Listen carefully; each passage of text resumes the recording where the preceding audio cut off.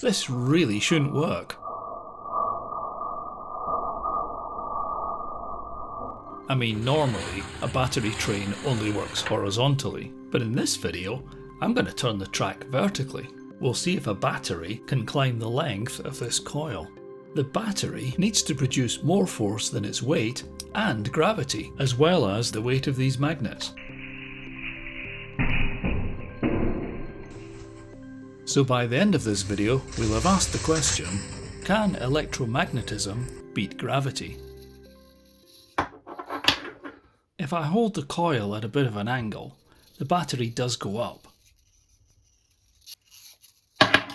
Yeah, we need to sort this. I'll make up a washer. The thin washer still allows good contact between the battery positive and the magnets, and hopefully this will stop the magnet falling off so much. The magnets are N52 Neodymium, which is not easy to pronounce but very strong. Both magnets have their south poles facing outwards.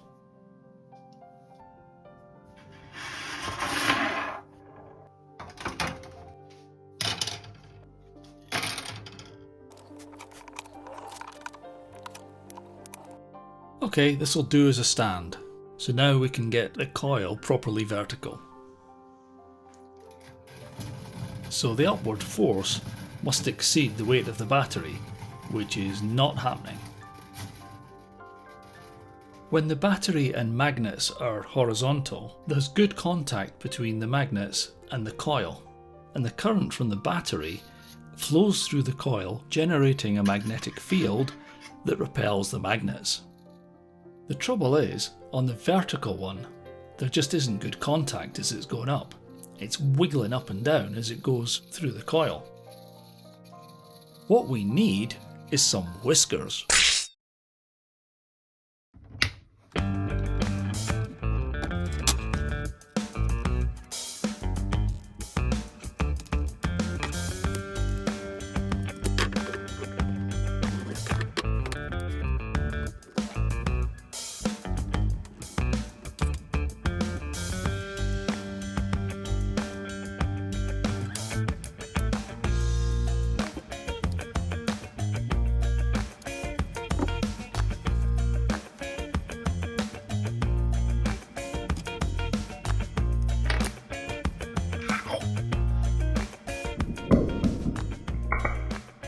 Yeah, that nipped. They are definitely strong magnets.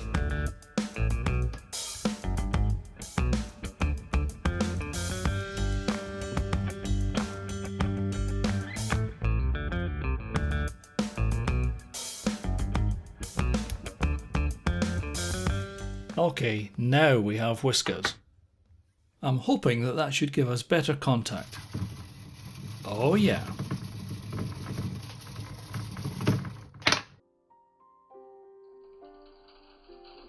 So we are getting a balance between its weight and gravity and the electromagnetic force that's pushing it upwards.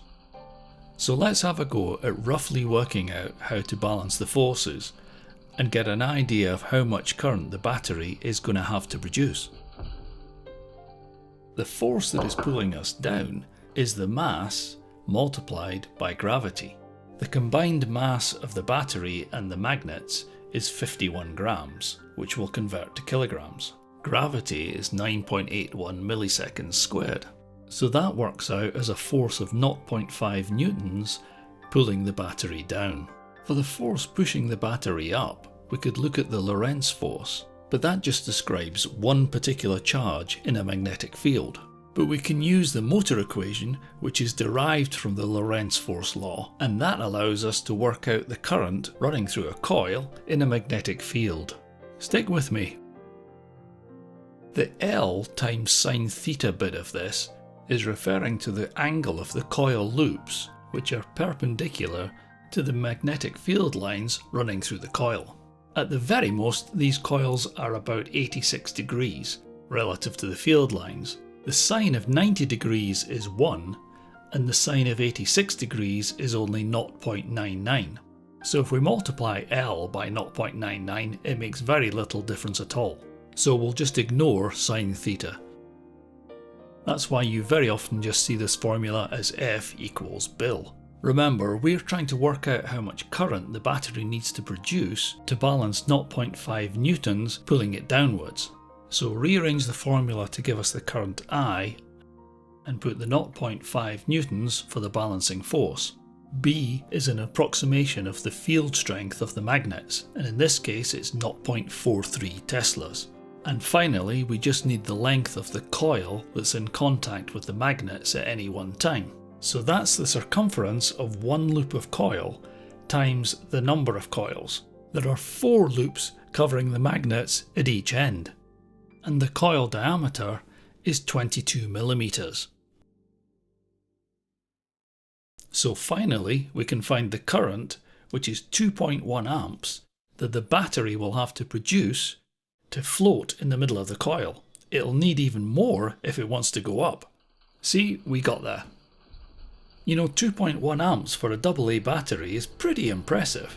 Also kind of explains why the battery gets so hot. So here's the perfect balance between the electromagnetic force and the force of gravity.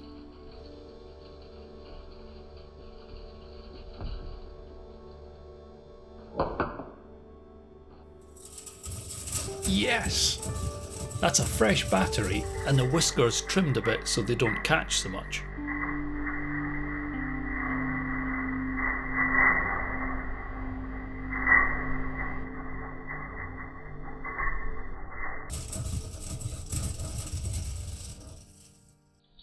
Let's see if our calculations were anywhere close. How much current is this battery actually delivering?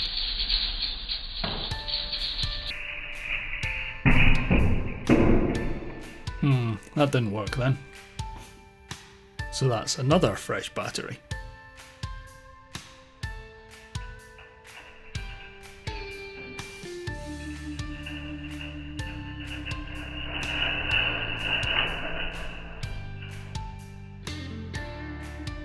.4, 2.5, 2.6 amps. That is impressive. What's even more impressive is that actually works out with our calculations. Remember, we needed 2.1 amps for it just to hover. Okay, now for the big test. Will it get all the way up this coil?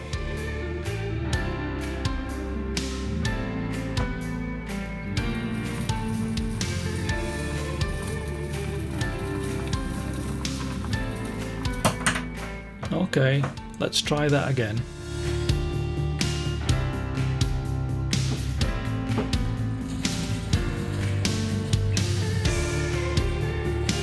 Oh, go on.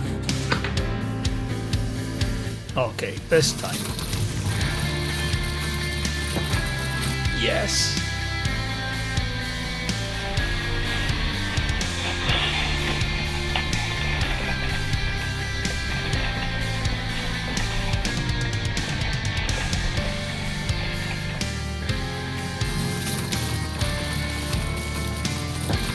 That is brilliant. Okay, really got it working now. The whiskers need to be quite light and not too long. Just enough to improve the contact.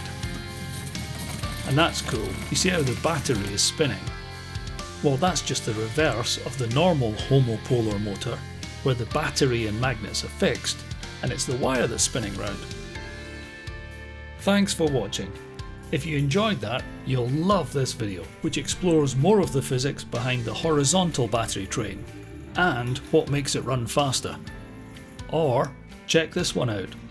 Thanks again for watching, and I'll see you on the next one.